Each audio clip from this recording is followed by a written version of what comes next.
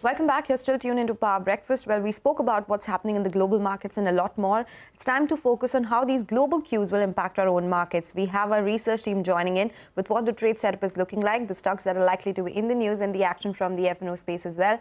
Hey guys, a very good morning to all of you. Reema, let me come across to you first up. What is the market setup looking like today?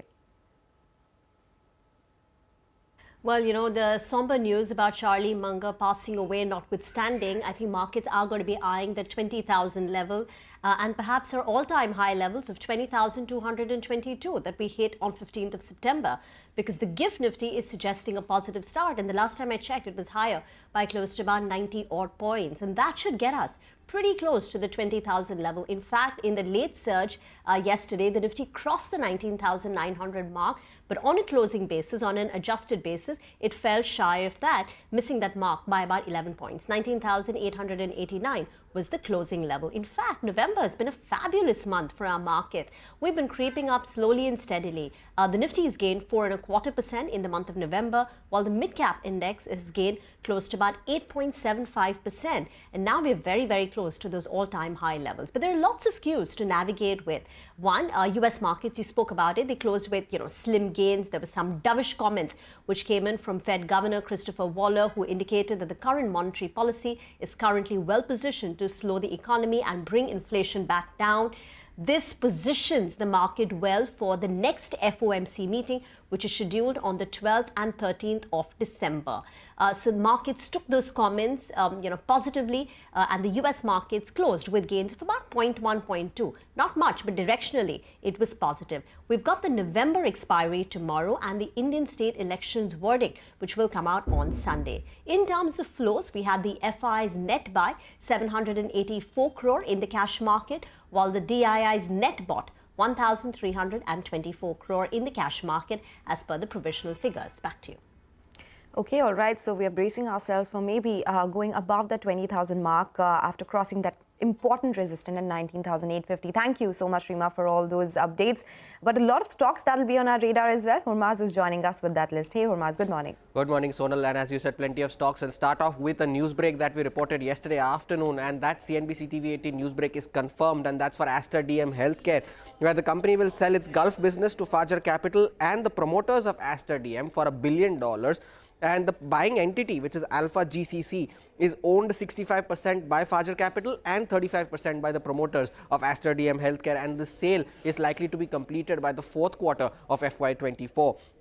Now, sources are telling CNBC-TV18 that Zomato is likely to see a block deal today, where Alipay, the Alibaba unit, is likely to sell 29.6 crore shares, or 3.5% of the total equity at around 111 rupees. And after this sale of shares, the company is looking to raise around 30 to 90 crores or around $395 million. And post this transaction, there will be a 90-day lock-in period for sale of further shares. Siemens reported its fourth quarter numbers. Net profit went up by 50%, revenue went up by 25%. Operationally, it was a good quarter. EBITDA went up by 35%. Margins expanded by 100 basis points. Now, additionally, the company has also approved a dividend of 10 rupees and an investment of up to 416 crores for capacity addition for power transformers and vacuum interrupters. PCBL, another acquisition, they have approved the acquisition of Aquafarm Chemicals for close to 4,000 crore rupees. They have forayed into the water treatment chemicals and oil and gas chemical segment with this acquisition, and they are looking to fund this acquisition via internal accruals as well as an external fundraise. Now, BHEL, they are looking to explore the maximization of the Jaitapur nuclear power plant with Électricité de France, and which is a French state-owned company and the largest nuclear operator globally. And they are also exploring a collaboration for European pressurized reactors. Tata Power, the renewable energy unit, has won an LOA for the development of 200 megawatt for dispatchable renewable energy project with SJVN. And lastly, Havells, which has launched its consumer durables brand Lloyd in the Middle Eastern market. Back to you. Okay, all right. Thank you so much for all those stocks in focus, Hormaz. But let's talk about the F&O space as well. Nigel is joining us now. Hey, Nigel. Well, morning. Yesterday, one cue that played out besides the institutional buying and the FIs buying for the third straight day was that you did see the weekly expiry played out for the Nifty Financial Services Index. So if you pull up the Nifty chart, you'll see the Nifty Financial Services Index. That's the one that actually moved in the last couple of hours, and that perfectly ties in with what the Nifty did. The other chart that I'll pull up is the Nifty Bank as well as the Nifty IT Index. The last few sessions, the Nifty Bank is not underperforming. In fact, it's outperforming if you take a look at the last 3 sessions. So that one as well recovered from the day's low, and the Nifty IT Index from being down close to around 0.5%, that did well. You want both the pillars of the market to do well, and that's precisely what's happened. Let's get to what the FIs did yesterday then. They added more long positions in comparison to the short positions that are added. And now you have the short positions that are come down to around 76%. Let's get straight to the options data then. You have the strike that should come up for you on the screen. The 19,800 put, 19,850 put, well, both of them were fairly active in trade. So since there was writing at that particular level, and since the 19,800 put was seeing a fair bit of open interest build up, that's what took the 19,800 put to the highest open interest on the put side. On the call side, you have the 20,000 call that has the highest open interest. Both of them total open interest at around 1 and 1.5 crore. So what's the level then? Since 19,800 put was seeing some writing, the premium over there is around 20 rupees. 19,780, that becomes a bit of a support zone.